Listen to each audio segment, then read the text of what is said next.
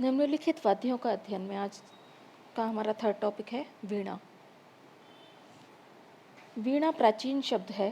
प्राचीन तथा मध्यकालीन संस्कृत साहित्य में वीणा शब्द का प्रयोग तत् या तंतु वाद्य के लिए किया जाता रहा है। तंतु वाद्य के सभी प्रकार वीणा के सब प्रकार ही माने जाते रहे हैं। प्रचलित संगीत में वीणा के दो रूप पाए गए हैं। पहला है उत्तर भारतीय वीणा, दूसरा है दक्षिण भारतीय वीणा।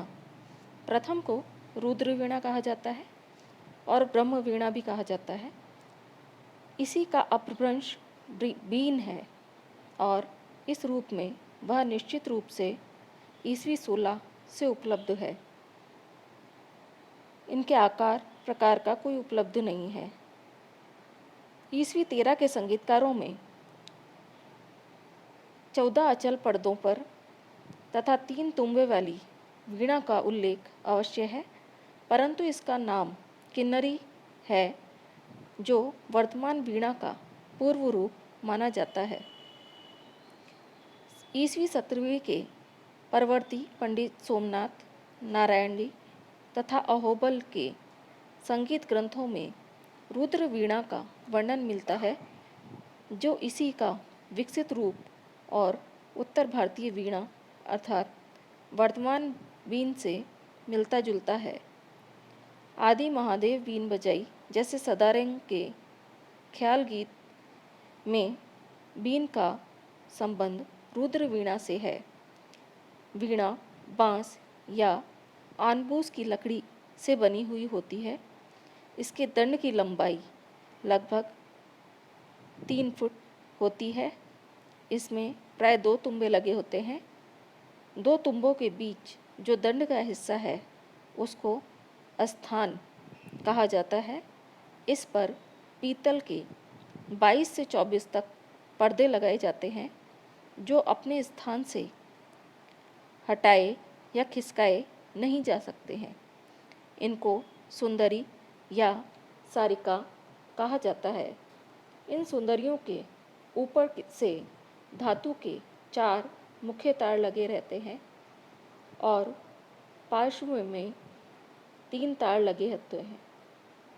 तार क्रमशः मंद्र मध्यम, मंद्र षडज, मंद्र पंचम तथा मंद्र ग में मिलाए जाते हैं। पार्श्व के तारों में मध्यसा और मंद्र सा में मिलाए जाते हैं। इन पर चिकारी का काम किया जाता है। 4 मुख्य तंत्रियों को क्रमशः नाइकी, खरज, पंचम तथा लरज कहा जाता है।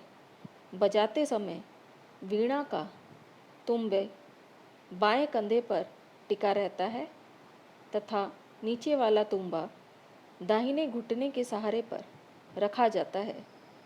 तंत्रियाँ दाहिने हाथ की पतली और दूसरी उंगली या नाखून से अथवा नखी या जवा नामक उपकरण से छेड़ी जाती है और बाएं हाथ की पहली और दूसरी अंगुलियों से तारों को वांछित सारिका पर दबाया जाता है, जिससे स्वरों की उत्पत्ति होती है। चिकारी का तार प्राय बाएं हाथ की छोटी उंगली से बजाए जाते हैं। बीन पर जो वादन होता है उसको आलाप, जोड़ तथा गत कहते हैं। आलाप को नोम तोम भी कहा जा सकता है और यह विलंबित लय में बजाया जाता है। जोड़ में कुछ लय मध्य होती है और इसमें स्वरों को मीड़, घसीट एवं गमक से आपस में जोड़ा जाता है। दोनों लयकारियों के साथ होते हैं, परंतु ताल का अभ्यास गत के साथ होता है। बीन के बाज को निम्न 18 भागों में बांटा गया है। अस्थायी वर्ण, अंतरा वर्ण, संचारी वर्ण, अभोग वर्ण, भोग वर्ण, बराबर की जोड़, गमक जोड़, लड़ी जोड़, झाला, ठोंक झाला, कट्टझार, लड़ी, लड़गूंथ, लड़त पेट, परन, साथ संगत, गुआ और मठ। इनमें से प्रथम 4 विलंबित लय में बजाए जाते हैं। बराबर गमक और लड़ी के जोड़ मध्य लय में बजाए जाते हैं और शेष द्रुत लय में। बीन के साथ मृदंग या पखावज की संगति होती है। पहले 10 खंडों का तक बिना मृदंग के ही लयकारी होती है। शेष 8 खंडों में मृदंग की संगति द्रुत लय में की चलती रहती है। यह वाद्य गायकी तथा तत्कारी दोनों अंगों से बजाया जाता है। अकबर के दरबारी मिश्री सिंह बीन के सर्वोच्च कलाकार रहे हैं। तानसेन के ध्रुपद गायन के साथ ही यही बीन पर संगत किया करते थे। आगे चलकर यही तानसेन के दामाद बने और इनका नाम नवाब खां हो गया। तानसेन के इसी पुत्री वंश में बीन की परंपरा सुरक्षित रही। रामपुर इसका सर्वोच्च केंद्र रहा।